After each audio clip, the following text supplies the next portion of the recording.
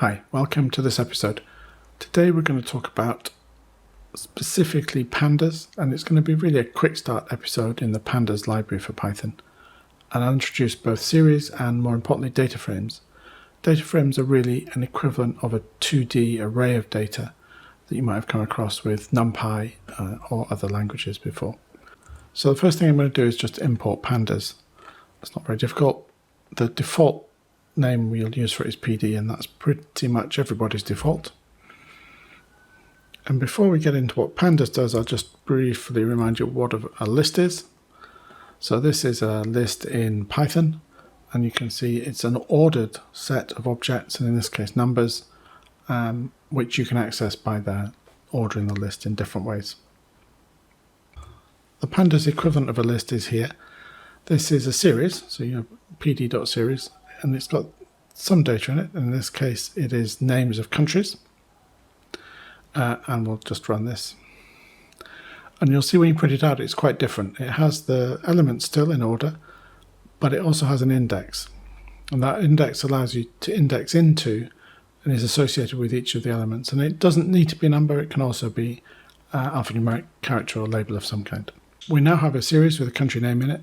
And we're going to create a whole data frame, which is going to be a 2D data structure using that series and using a new series, which is the population number data for each of the countries in the UK. And you'll see how we do that is by using a column name and giving it a series value. You could also give it a list as well. And if I run that and print it out, we can look at the structure and see that each column is labeled and each row is labeled as well. And the labels are the basis for indexing into the data structure, although you can also, as we'll see, use specific numbers. Going back to our data frame, we're going to just use a more compact way of producing it here. If I run this, we can just check it's the same as before, and indeed it is. Okay, so now we want to index into this data set, and we're going to do that in a number of ways. To start with, I'll just look at indexing into a single row using the slice notation. So let's explain the slice notation. That's here. 0 says start at row 0 and 1 says up to but not including row 1. So we should just from this get row 0 as we've seen here. But the return of this is still a data frame, so it's a subset of the original data frame that we entered. Similarly, if you want to start to access columns, you can access those by an index number. And here is that indexing. So now this was 0 column 1, which is row 0. This is colon, comma 0 column 1. So it's select all the rows, but only take column 0 up to, but not including column 1. So that's brought with it an index for each row and the single column, the first column 0 country. So that gives you a mechanism for indexing into rows and indexing into columns. So to access individual elements in a data frame, you can give slices of both rows and columns, and you'll see what happens when we do that. What we get back is a series or a data frame, depending on what you've asked for. In this case, it's a series of values which are just one value. So we've narrowed it down to a single row and a single column. That gives us back the population of England. If you just wanted the value itself, you could use this notation, which is similar, which is confusingly similar, I admit, but just returns the integer value stored at that location, row 0, column 1, so which is the population for England, if we go back and look at the original data set here. So, many different syntaxes for accessing data frame contents, and depending on what you want to do, they have very different functions. I'll just show you one last one,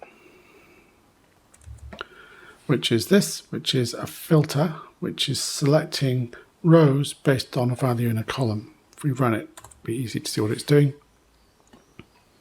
So it's selected all of the rows in the dataset where the population value is less than 50 million. So everywhere that's not England, basically. Scotland, Wales, and Northern Ireland. So now let's rewind to our data frame, and we're going to look at how to sort the data frame by values in rows. This is the df.sort values function. You give it what column you're going to use to do the sorting. In this case, I'm going to sort by population. I'm going to ask it to sort in ascending order, and very often it's useful to say in place is true. What this does is it means that it sorts the data frame within itself rather than producing a copy of it or a reference to it. So now when we look at it, what it's done is it's sorted by population value, Northern Ireland, Wales, Scotland, England. This has reversed the order of the index, and it's quite common that sorting will change the index order from the original of 0, 1, 2, 3 to 3, 2, 1, 0 in this case. It's usually useful to reset that index. So we will do that now. So this is the, I'll also look at it. This is the exact same data as we have here. The sorted data by population, but the index is now in the same order as the sorting. So for df reset index, we've used two parameters. Drop of true means that it's not going to take a copy of the original index here and put it in the data frame. It's going to remove that, and it's just going to keep the reordered index after it's reset it. In place true again means it doesn't generate a new data frame. It actually resorts the data frame itself, resets the index in the data frame itself directly. And then one last sorting I want to show you is this one.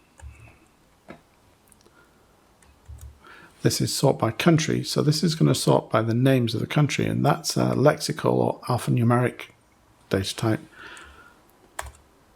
And it can be important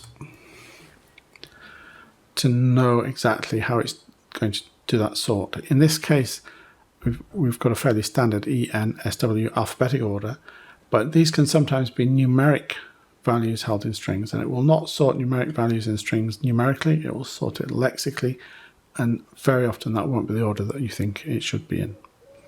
You'll see again by resorting this we've changed the index, and if we ran reset index we could go back again and reset that. So thanks, that's a very quick introduction to Pandas series, data frames, accessing the values in the data frames, and also sorting them. We will come back to these different features and new features and new ways of accessing and manipulating data frames over in the course several times over, because you'll need them to work with data in order to visualize it. Thanks for now.